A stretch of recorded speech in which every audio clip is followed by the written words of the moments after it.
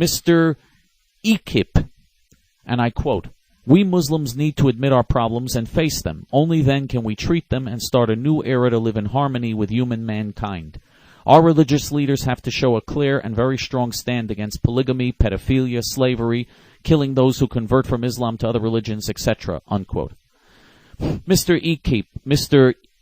Ekip, I don't know if I'm pronouncing it right, but Mr. Ekip, you are not a true Muslim if you take these stands. And by the way, I'm happy to see that you're taking these stands, and I hope that you do leave Islam, because the Quran and the Hadith support these immoral, evil positions. This is in the Quran and the Hadith. You cannot be a true Muslim and oppose polygamy, pedophilia, slavery, and murdering innocent people, and engaging in terrorism, and wanting world jihad, and wanting to conquer the world for Allah, and wanting to exterminate all non-Muslims.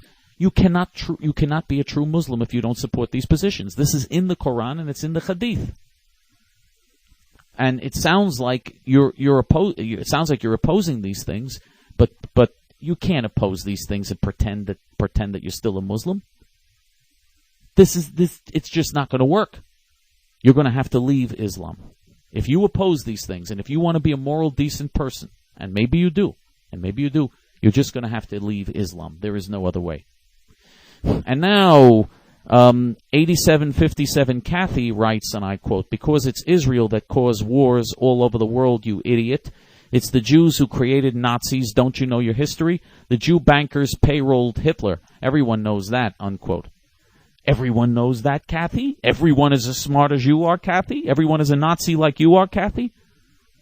I mean, come on.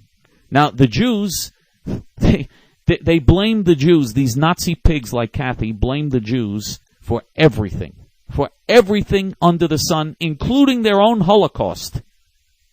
Even Hitler. They blame the Jews for Hitler. They blame the Jews for everything. There's not one thing they do not blame the Jews for. Kathy, someday you're going to meet a Jew named God. And when you do, it's going to be a very unhappy meeting, because you're going to go to a very warm place. And now we go to Wilson Northeast, who writes, and I quote, "It's going to be amusing to see the Israelis actually try and fight an actual enemy for a change. God knows the pacification of civilian areas is hardly worthy of any sort of battle honors. Why we British did not keep control of Palestine and keep both sides of animals in line is beyond me. My grandfather was nearly killed by the same ingrate Jews he helped liberate from Germany. There's gratitude, eh?" Unquote. Oh, your grandfather liberated Jews from Germany. Oh, yeah. The same England that stopped 6 million Jews from going to their own homeland and turned the ships back to Nazi Germany so the Jews could be exterminated. The British closed the doors to the land of Israel when the Jews wanted to escape the Nazi death camps. When Jews wanted to escape Auschwitz and came on ships, the British, the humanitarian British, turned back ships of men, women, and children to be exterminated in the Nazi death camps. Is that the great humane British? They saved the Jews? And by the way, you're talking about actually fighting an actual war. There were 100,000 British soldiers in Israel from 1946 to 1948. 100,000 British soldiers. And they were thrown out by 1,000 members of the Irgun Tzvai Leumi. There were only 1,000 people in the underground Irgun Tzvai Leumi. We had 1,000 fighters, underground fighters, who went against 100,000 British soldiers. In one day, we blew up 30 of your planes that were sitting in the airport. Blew up 30 of your planes. We blew up every British police station. We blew up your headquarters, the King David Hotel. Blew up your headquarters and all of your main officers. We blew up almost every single symbol of the British in the land of Israel. You couldn't even transport. We blew up all of your rail lines and transports. We destroyed everything, every trace that you had in that land. We went after and destroyed, and we were outnumbered 100-1 and in the underground, and weren't even supported by most of our own people. And we did all of this against the British Army. We beat you and threw you out. Winston Churchill admitted in the Parliament that it was our underground fighters that were responsible for throwing you out. And you outnumbered us 100-1 and lost. You ran with your tail between your legs. You ran out of the land of Israel so fast.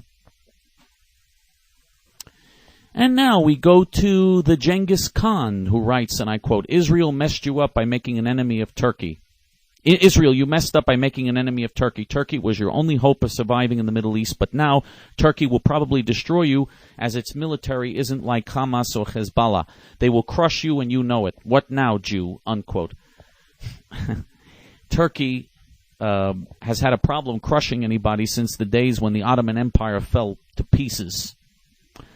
So I don't think Turkey's in a position to crush anybody.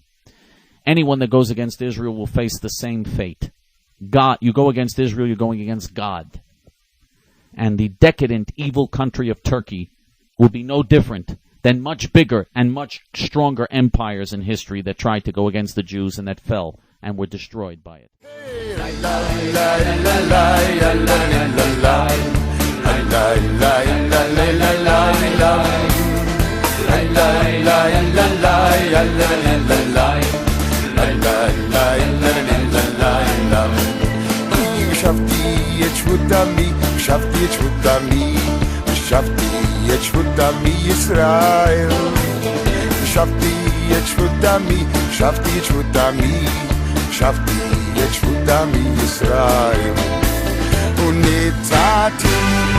Malad matam uvanu arim v'natu chlamim Amar Hashem Melkecha Amar Hashem Melkecha